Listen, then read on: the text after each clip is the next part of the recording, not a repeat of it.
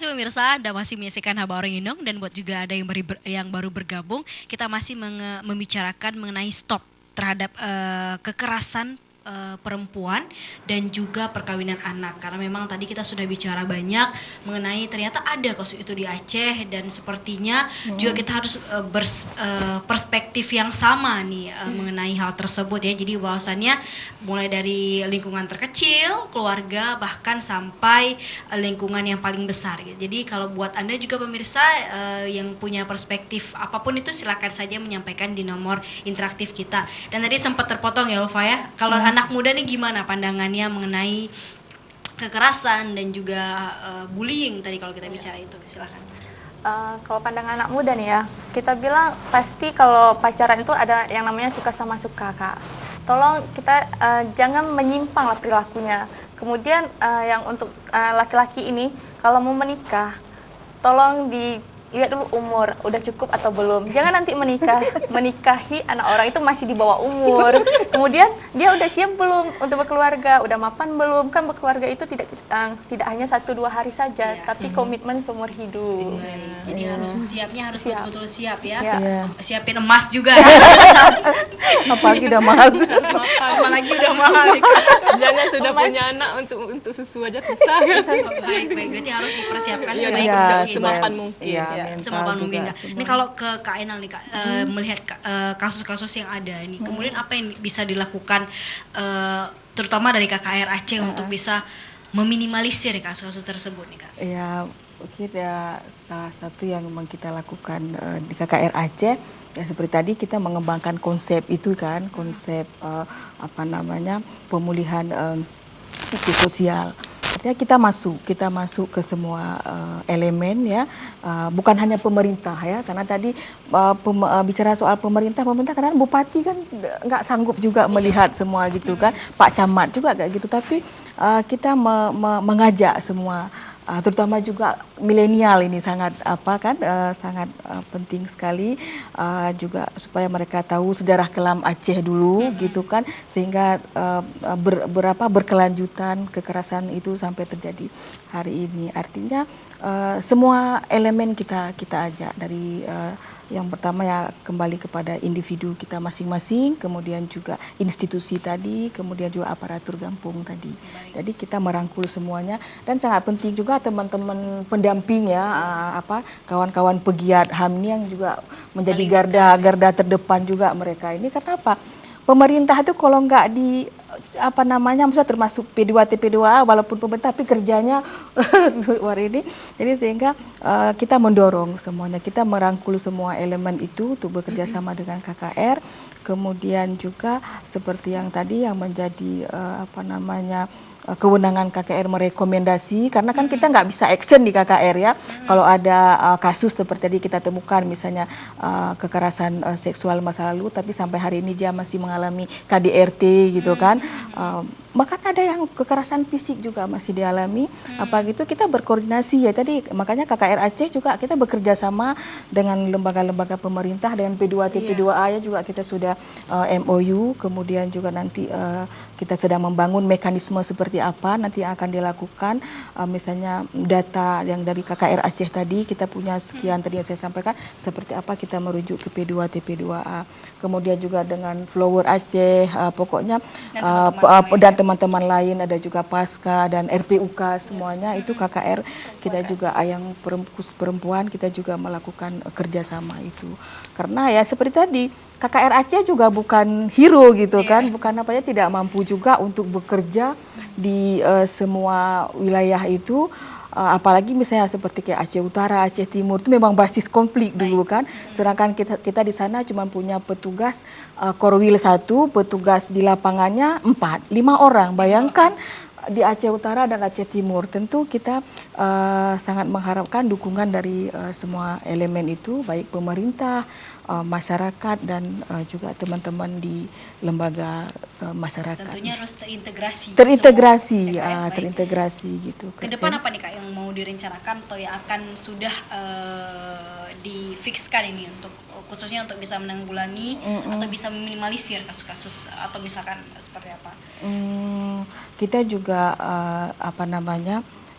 membuat juga seperti memorialisasi kita di KKR Aceh itu bukan hanya soal monumen tadi ya, tapi ada kisah-kisah perempuan yang mengalami ini tapi dia mampu bangkit, itu kita akan seperti kita dokumentasikan, Sukses kita story-nya jadi success story-nya. Jadi kita memberi penghargaan buat mereka. Jadi mereka korban tapi mampu keluar dari itu semua, sehingga kita mereka juga pejuang lah sebenarnya, berjuang meredamkan itu.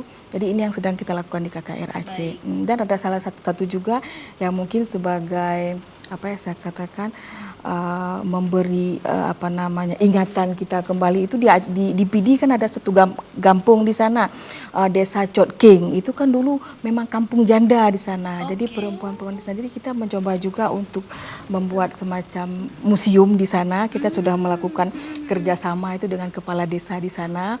Artinya nanti kita akan mencoba mendokumentasikan bahwa pernah terjadi sejarah itu. Jadi di satu desa itu semua perempuan, pada masa itu perempuan semuanya. Dan janda. Ya, kemudian ada juga yang suaminya hilang gitu kan. Kemudian juga kalau dia punya anak laki-lakinya harus pergi dari desa itu. Kemudian kalau dia punya suami diambil oleh tentara. Artinya lebih kurang saya kira itu perempuan yang bertahan di sana gitu. Jadi kita akan melakukan itu di KKR Aceh. Menarik yang sukses story tadi kayak inspirasi sukses story inspirasi itu buat kita orang akan lain. lakukan. Jadi untuk korban-korban ini yang yang sampai saat ini dia harus berjuang kayak gitu kan. Jadi kita beri satu penghargaan buat mereka. Jadi kita akan buat semacam buku lah begitu. Luar biasa, kita harapkan bisa pulih total ya. Iya, Kak Ira ini gimana Kak, kalau dari P2TP2A ke depan apa yang akan dilakukan Kak? Ya, kalau di kami seperti saya bilang tadi, saya sepakat ya kayak Kak Inal bilang, yang penting kita kerjasama. Kerjasama itu antar lintas sektoral dari unsur masyarakat. Kalau kami seperti membangun kerjasama dengan Peksos, itu juga bagian dari pekerja sosial, juga bagian juga demi kelancaran pekerjaan kita. Kemudian kita mengharapkan dari unsur pemerintahan ini memang tidak bisa bekerja sendiri ya, tanpa dukungan dari semua lintas sektoral, dari yang kecil tadi, dari level yang kecil tadi seperti kami lakukan. Kemudian saya sepakat dengan Kak Enal bilang ini, korban-korban kekerasan ini baik dia perempuan dan anak itu memang harus dipulihkan. Kalau enggak dia akan luka lama dia itu akan selalu teringat ya, Mas. Traumatis dia itu tidak akan hilang tanpa dipulihkan. Makanya di kami itu ada pelayanan pemulihan psikologis, itu juga sehari-hari memang itu kami laksanakan. Kami di sana juga ada psikolog, konselor psikologi, itu makanya setiap pelaporan itu ya kita tindak lanjuti sesuai kebutuhan. Satu lagi Indah yang saya mau katakan, kalau di P2TP2A itu dijamin kerahasiaannya. Oke, berarti dijamin. Jadi berarti jangan kalau mau curhat-curhat boleh nih Kak ya? Oh ya, boleh, ada ruang khusus. Ada ruang khusus, baik. Jadi kalau ada masalah mau curhat silakan gitu ya ke P2TP2A ya. Dengan hotline tadi yang udah kita sebutkan ya Kak ya. Kalau Pak terakhir Pak, kalau untuk dari anak milenial ini seperti apa? Kalau untuk kaum millennials nih ya, kita juga membuka sharing Kak, misal kasus. Kan kalau misal anak-anak muda nih kadang malu dia membicarakan kasus itu kepada orang tuanya. Coba sharing ke kami, dan kita juga bekerja sama dengan P2TP2A Kak ya. Kami cuma hanya menerima pengaduan kasus, kemudian kita lemparkan kepada P2TP2A yang menangani, dirujuk. Berarti kalau misalkan agak segan mungkin cerita sama orang tua, boleh ceritain sebaya ya, teman sebaya. Oke, terima kasih banyak nih kakak-kakak sudah hadir di Aceh TV, sudah berbagi dengan kita pemirsa TV yang ada dimanapun berada. Dan ini terakhir Kak, untuk Kak Enal mungkin ada himbauan ataupun ada closing statement-nya untuk kita semua, silakan. Artinya gini ya, seperti yang saya sampaikan tadi, bahwa ini adalah kerja kita semuanya.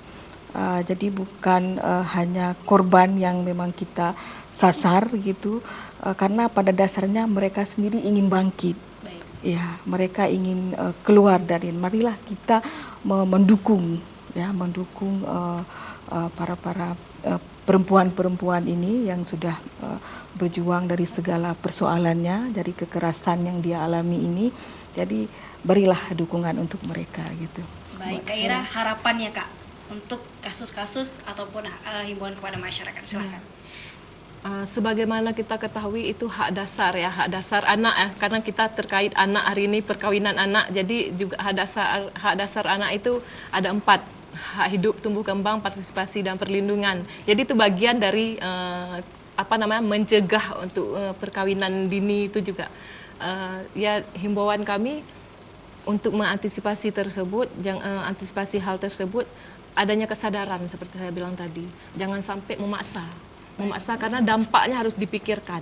Kalau misalnya menikahkan gampang, itu tinggal panggil penghulu atau dibawa ke KUA, ijab kabul. Tapi kita harus pikirkan dampak ke depan. Itu kami menghimbau agar adanya kesadaran, stop pernikahan dini untuk anak.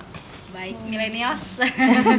Ya, kalau milenials itu ketika misalnya ada korban itu perempuan, tolong jangan dikucilkan. Mari kita sama-sama kita rangkulkan, kita bangkitkan dia.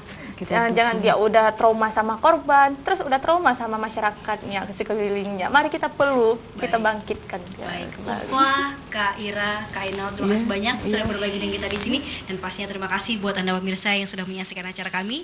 Semoga ini bermanfaat untuk Anda. Saya Indar Sekasari, mewakili seluruh kerabat kerja yang bertugas pamit undur diri. Wassalamualaikum warahmatullahi wabarakatuh.